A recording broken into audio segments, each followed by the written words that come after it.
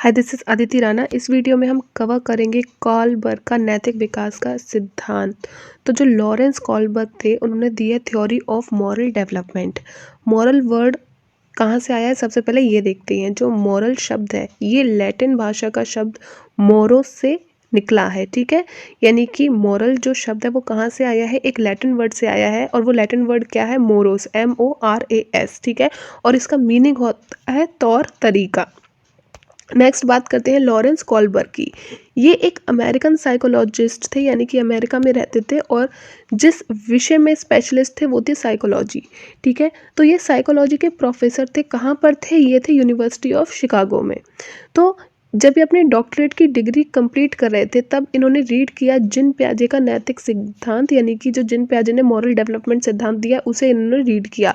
तो ये उससे बहुत ज़्यादा प्रभावित हुए और फिर इन्होंने सोचा कि मुझे भी इस टॉपिक पे रिसर्च करनी चाहिए, मॉरल डेवलपमेंट पे। तो हुआ ये कि जो मॉरल डेवलपमेंट थ्योरी है वो दो लोगों ने दी है। सबसे पहले जो है वो तो जिन प्याजे ने दी है। ठीक है, तो यानी कि पहले दी है जिन प्याजे ने और बाद में अगर मैं बात करूँ तो कार्लबर्ग ने दी है। ठीक है, इनकी रुचि का विषय था कि जो बच्चों का नैतिक विकास है वो कैसे डिसाइड करते हैं कि क्या सही है क्या गलत है, लॉ की नज़र में क्या सही है क्या गलत है, जस्टिस किस तरीके से होता है। ठीक है, ये कैसे बच्चे डिसाइड करते हैं, तो ये इनका टॉपिक था और इन्होंने रिसर्च करना स्टार्ट कर दिया। इन्होंने जो अपनी रिसर्च कंडक्ट करी, इन्होंने 72 बॉयज़ पर जो कि लोअर मिडिल एलिमेंट्री स्कूल में पढ़ते थे, यानी कि 72 ऐसे लड़के जो कि लोअर मिडिल एलिमेंट्री स्कूल में पढ़ते थे, जिनकी उम्र क्या थी 10 से 16 साल के बीच जिनकी उम्र थी, उन पे इन्होंने रिसर्च करी, अपना ये एक्सपेरिमेंट कंडक्ट किया। इन्होंने किया क्या, इन्होंने बच्चों को एक नैतिक कहानी सुनाई, एक मॉरल स्टोरी सुनाई। तो वो कहानी जो है वो ये है कि द हिंस डिलेमा। ठीक है, हिंस की दुविधा। हिंस की बीबी थी, उसे कैंसर था और डॉक्टर का मानना था कि केवल एक ही स्पेशल दवा है जो जिसकी डोज उसकी बीबी को बचा सकती है। ठीक है, तो और पूरे शहर में एक ही मेडिकल स्टोर था जहाँ पे वो मेडिसिन उपलब्ध थी। तो उसकी मेडिसिन की कॉस्ट थी लगभग कुछ $2000। लेकिन जब जो आदमी सेल कर रहा था उसे पता पड़ी कि अच्छा, इस आदमी को बहुत ज़्यादा ज़रूरत है, इसकी वाइफ को कैंसर है, अगर ये दवाई नहीं टाइम पे मिली तो हो सकता है वाइफ की डेथ हो जाए। तो जब उसे कंडीशन पता पड़ गई तो उसने क्या किया, अनमने मतलब मनमाने ढंग से वो सेल करने लगा। वो ज़्यादा पैसे डिमांड करने लगा कि $2000 की है, लेकिन नहीं, मैं तो $10,000 की बेचूंगा, मतलब 5 टाइम्स ज़्यादा पैसे मांगने लगा। तो हिंस ने काफ़ी रिक्वेस्ट करी कि एक काम करो, अभी दवाई ले लो, फिर क्रेडिट पे मुझे दे दो, उधार दे दो, मैं तुम्हें धीरे धीरे करके इसके पैसे चुका दूंगा, मेरी वाइफ की तबीयत बहुत ज़्यादा ख़राब है। पर वो दुकानदार अड़ गया कि नहीं नहीं, मैं उधार नहीं दूंगा तुम्हें, अभी सारे पैसे दो। केमिस्ट ने बोला कि अभी सारे पैसे दो और ये दवाई ले जाओ। ठीक है, तो वो आदमी बेचारा ऐसे ही लौट गया, हिंस उस दुकान से ऐसे ही लौट गया। वो रात भर सोचता रहा कि मैं करूँ क्या, कि दवाई तो मुझे चाहिए। ठीक है, मुझे अपनी वाइफ को बचाना है, वो बहुत ज़्यादा बीमार है और उसके पास ज़्यादा टाइम नहीं है, अगर उसे टाइम पे मेडिसिन नहीं मिली तो उसकी डेथ हो सकती है। मुझे अपनी वाइफ को बचाना है और ये आदमी है, मुझे क्रेडिट पे भी नहीं देता, लोन पे भी नहीं दे रहा कि अभी दवाई दे दे और मैं इसे दो हज़ार डॉलर करके देता रहूँगा। तो इस तरीके से भी नहीं मान रहा है। फिर उसने क्या किया, रात में वो वापस गया उस केमिस्ट की शॉप पे, जब शॉप बंद हो गई थी उसने ताला तोड़ा उसने और वहाँ से वो दवाई चुरा ली। तो ये स्टोरी बच्चों को सुनाई गई कि अब उसने क्या किया, वहाँ का फार्मेसी का ताला तोड़ दिया और अपनी पत्नी की जान बचाने के लिए वहाँ से दवा चुरा ली। तो ये स्टोरी बच्चों को सुनाई गई। इस स्टोरी के बेसिस पे बच्चों से कुछ क्वेश्चन पूछे गए जो बहुत ज़्यादा कंफ्यूजिंग थे।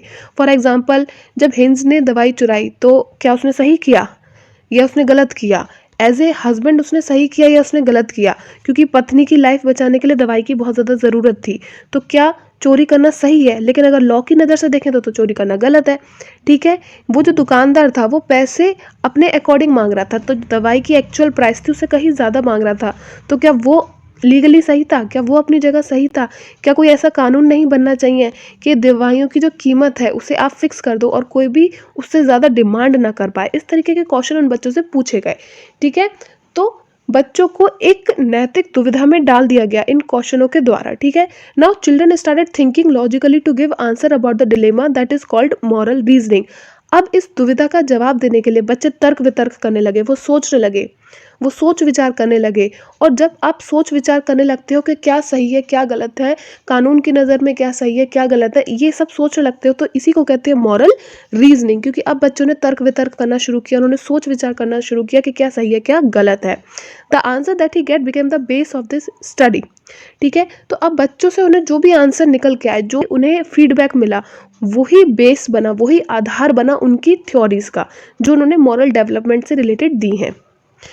ओके, तो अगर क्वेश्चन पूछे कि जो लॉरेंस कॉलबर्ग थे, उनकी थ्योरी का बेसिस क्या था, उनकी थ्योरी डेवलप कहाँ से हुई थी, तो जो चिल्ड्रन का रिस्पॉन्स उन्हें मिला था, उन्होंने 72 बॉयज़ को स्टोरी सुनाई थी। ठीक है, उनसे जो रिस्पॉन्स मिला, फीडबैक मिला, वही बेसिस था उनकी थ्योरी का।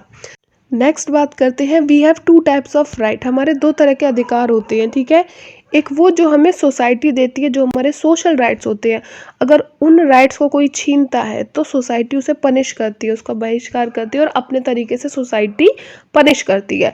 वहीं कुछ राइट्स होते हैं वो लीगल राइट्स होते हैं। जब उन राइट्स पे कभी खतरा आता है तो क्या होता है, जो हमारा कॉन्स्टिट्यूशन है, जो हमारा संविधान है, वो उस इंसान को पनिश करता है जो हमारे राइट्स के साथ खिलवाड़ करता है। ठीक है, एक और चीज़ देखेंगे, इन्फेंसी। जब बच्चा छोटा होता है, ठीक है, तो उसे जो सही लगता है वो करता है, उसे सही गलत की पहचान नहीं होता है। जो उसकी नज़र में सही है, जो करने में मज़ा आ रहा है वो करता है, जो करने में मज़ा नहीं आता वो नहीं करता है। ठीक है, नेक्स्ट बात करते हैं चाइल्डहुड की। जब बच्चा बाल अवस्था में होता है, ठीक है, तो जो अर्ली चाइल्डहुड होती है, जो चाइल्डहुड का शुरुआती समय होता है, उस टाइम अपने पेरेंट्स से बहुत ज़्यादा इन्फ्लुएंस होता है। ठीक है, उन्हें कॉपी करता है, उन्हीं से बहुत कुछ सीखता है ना, वो उस पर बहुत ज़्यादा प्रभाव डालते हैं। लेकिन जब बात करते हैं लेटर चाइल्डहुड की, यानी कि बाल अवस्था का जो बाद का समय है, उसमें वो अपने टीचर से बहुत ज़्यादा इन्फ्लुएंस्ड होता है, उनसे बहुत ज़्यादा प्रभावित होता है। ठीक है, नेक्स्ट बात करते हैं अडल्सेंस। जब बच्चा किशोरावस्था में होता है तो उसके जो दोस्त होते हैं, उनका प्रभाव बहुत ज़्यादा होता है बालक के ऊपर। ठीक है, अब इसके आगे हम डिटेल में बाद में देखेंगे। अभी नेक्स्ट चीज़ देखते हैं। नेक्स्ट बात करेंगे, कॉलबर्ग की थ्योरी किन दो चीज़ों के बीच में रिलेशन शो करती है, यानी कि संबंध दर्शाती है। तो वो दो चीज़ें हैं, moral dilemma and moral reasoning.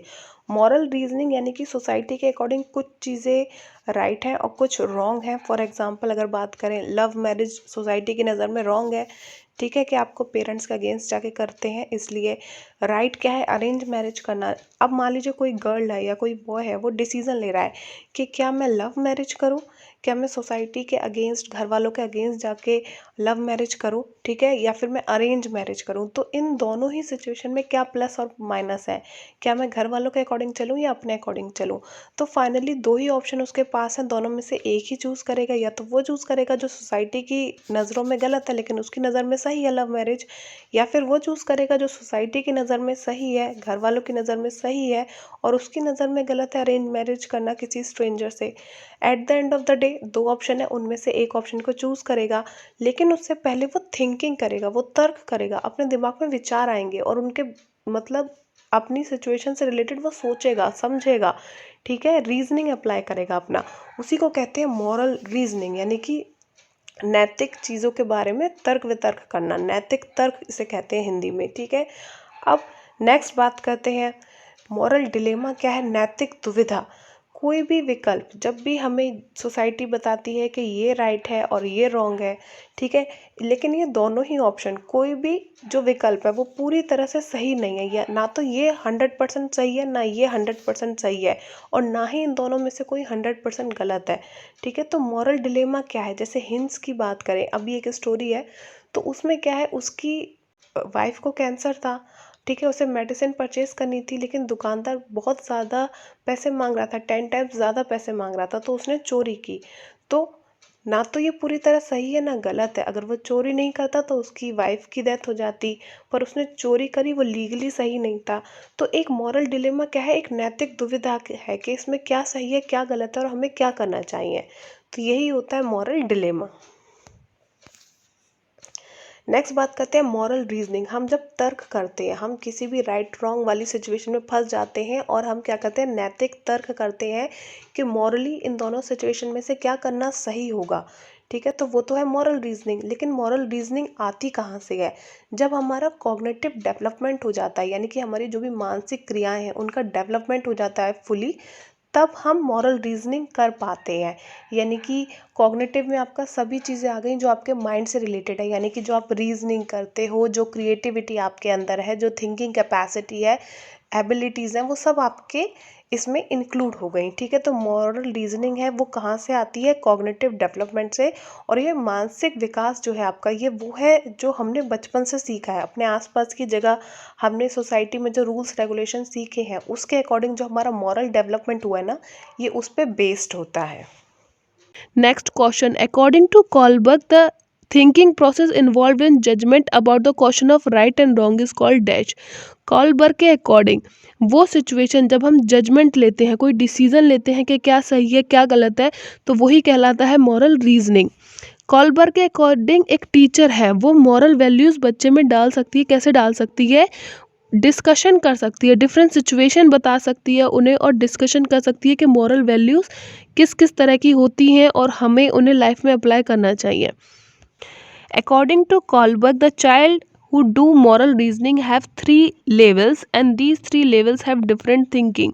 काल्बर के अकॉर्डिंग जब भी कोई बच्चा मॉरल रीजनिंग करता है, कभी सोचता है कि क्या सही है क्या गलत है, इस पर विचार विमर्श करता है, तो ये तर्क करने के 3 लेवल होते हैं। ये अलग अलग होते हैं क्योंकि अलग अलग एज में बच्चा अलग अलग तरीके से तर्क करता है। ठीक है, क्योंकि बच्चा जो तर्क करता है वो हर उम्र में अलग अलग होता है, इसलिए जो 3 लेवल दिए गए हैं मॉरल डेवलपमेंट के।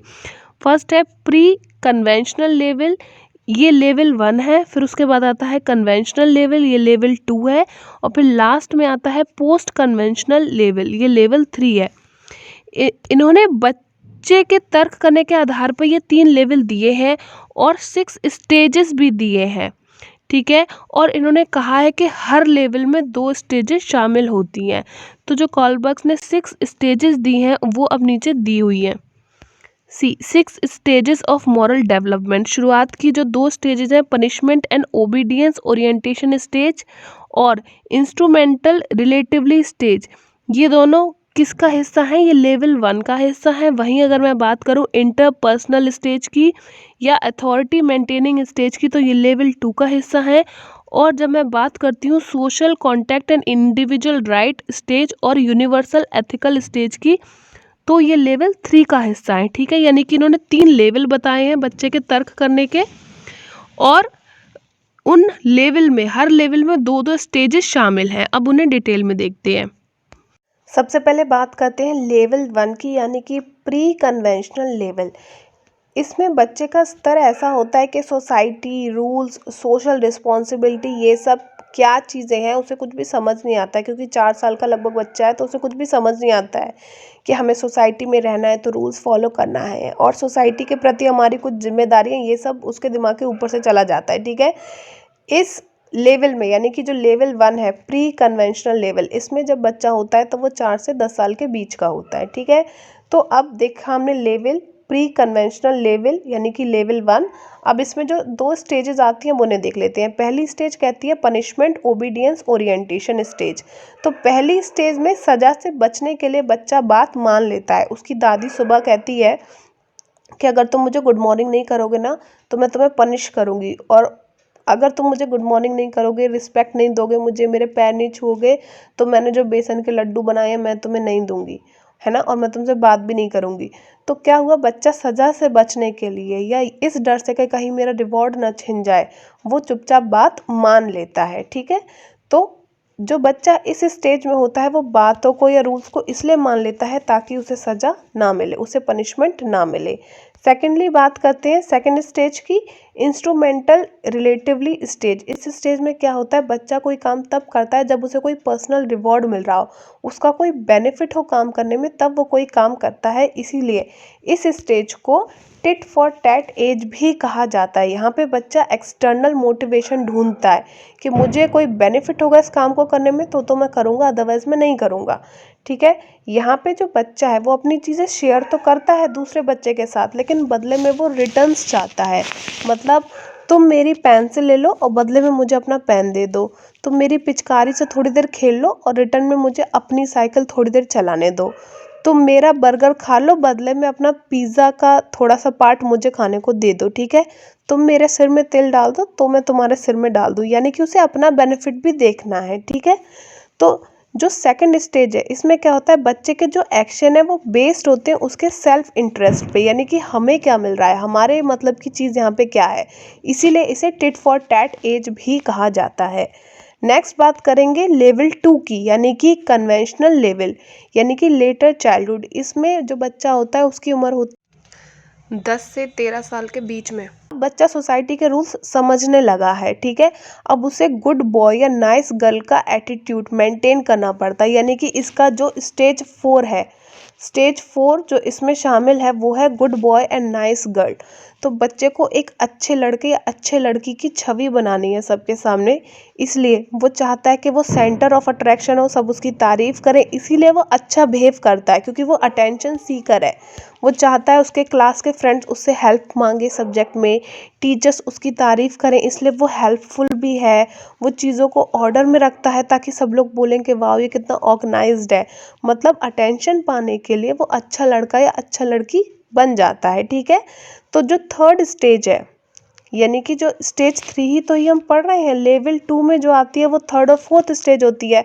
तो थर्ड स्टेज कहती है कि बच्चा है वो म्यूचुअल रिलेशंस बनाने के लिए, अपने क्लासमेट के साथ अच्छे रिलेशन बनाने के लिए और सबका अप्रूवल के लिए, कि सोसाइटी उसे अप्रूव करे कि हाँ ये बहुत ही अच्छा इंसान है, ये चीज़ें ऑर्गेनाइज रखता है, बहुत ही मिलनसार है, बहुत ही फ्रेंडली है, बहुत ही हेल्पफुल है, इसलिए वो क्या करता है, अच्छा नेचर बनाए रखता है, एक अच्छा एटीट्यूड मेंटेन करता है। नेक्स्ट बात करेंगे फोर्थ स्टेज की, अथॉरिटी मेंटेनिंग ओरिएंटेशन, यानी कि लॉ एंड ऑर्डर मोरालिटी। तो इस स्टेज में क्या होता है, बच्चे को अपने सोशल राइट्स की समझ हो जाती है कि मेरे क्या क्या राइट्स हैं जो मुझे सोसाइटी ने दिए हुए हैं, और बच्चे के अकॉर्डिंग सोसाइटी ही सब कुछ होता है। उसे लगता है सोसाइटी के रूल्स हैं, स्टैंडर्ड्स हैं, ये हमें मेंटेन करने चाहिए, हमें बनाए रखने चाहिए, और जो इंसान इन रूल्स को फॉलो नहीं करता है वो गलत कर रहा है, क्योंकि सोसाइटी जो कहती है वो सब सही होती है, सोसाइटी ही सब कुछ है।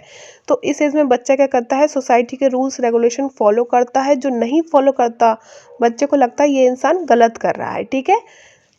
नेक्स्ट बात करते हैं लेवल 3 की, पोस्ट कन्वेंशनल स्टेज।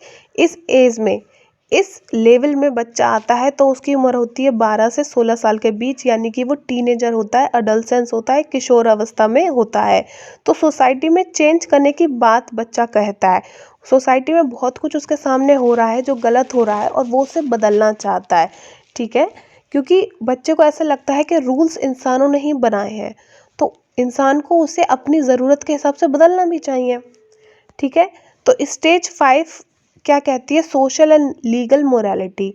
बच्चा पूर्ण रूप से तर्क करना शुरू कर देता है जब वो किशोर अवस्था में होता है। कॉन्सेप्ट्स हैं उनके बारे में, वो डिफरेंट जो चीज़ें हैं उनके बारे में क्वेश्चन करता है, क्या राइट्स हैं, क्या हमारी ड्यूटीज हैं, उनके बारे में क्वेश्चन करता है, और उन चीज़ों का विरोध करता है जो उसकी नज़र में गलत है, जहाँ पे उसे लगता है कि ये चीज़ गलत है और यहाँ पे बदलाव होना चाहिए। तो individual at this stage can recognise that there are times when human needs and law conflict. तो इस समय बच्चे को लगता है कि ऐसी कई बार सिचुएशन आ जाती हैं जब इंसान की जो ज़रूरत है और जो कानून है उनके बीच में एक लेवल नहीं बैठता है, एक सेम चीज़ नहीं आती है, दोनों में बहुत ही कॉन्फ्लिक्ट हो जाता है, ठीक है। तो ऐसी कंडीशन में, क्योंकि हम ही ने, इंसानों ने ही मिलकर रूल्स बनाए हैं, तो इन्हें बदलाव भी टाइम टू टाइम करना चाहिए ताकि हमारी जो नीड्स हैं वो पूरी हो सके। नेक्स्ट, इसका एक एग्जांपल भी देखते हैं। हिंस ने हेल्प करी, अपनी वाइफ की हेल्प करी, तो उसने सही किया। वैसे अगर मैं लीगली देखूं तो किसी की भी दुकान में घुस के चोरी करना गलत है, बट एज ए हस्बैंड उसने सही किया। तो जो बच्चा टीनेज में होगा, एडल्सेंस में होगा, उसके अकॉर्डिंग क्या है कि हिंस ने सही किया। किसी भी दवाई की जो कीमत है वो किसी की ज़िंदगी से ज़्यादा नहीं हो सकती, मीन्स उसने सही किया, ठीक है। तो यहाँ पे बच्चे होते हैं वो पुराने रीति रिवाजों को बदलने की बात करते हैं। तो यहाँ पे एक एग्जाम्पल भी दे रखा है कि जो हिंस ने हेल्प करी वो तो उसने सही किया, उसने अपनी वाइफ की हेल्प करी है तो अच्छी बात है, सोसाइटी की नज़रों में तो ये अच्छी बात है, वो एक अच्छा पति साबित हो गया। लेकिन अगर मैं लीगली देखूँ तो उसने बहुत गलत किया, किसी की दुकान में घुस के चोरी करी, तो ये बहुत ही गलत किया।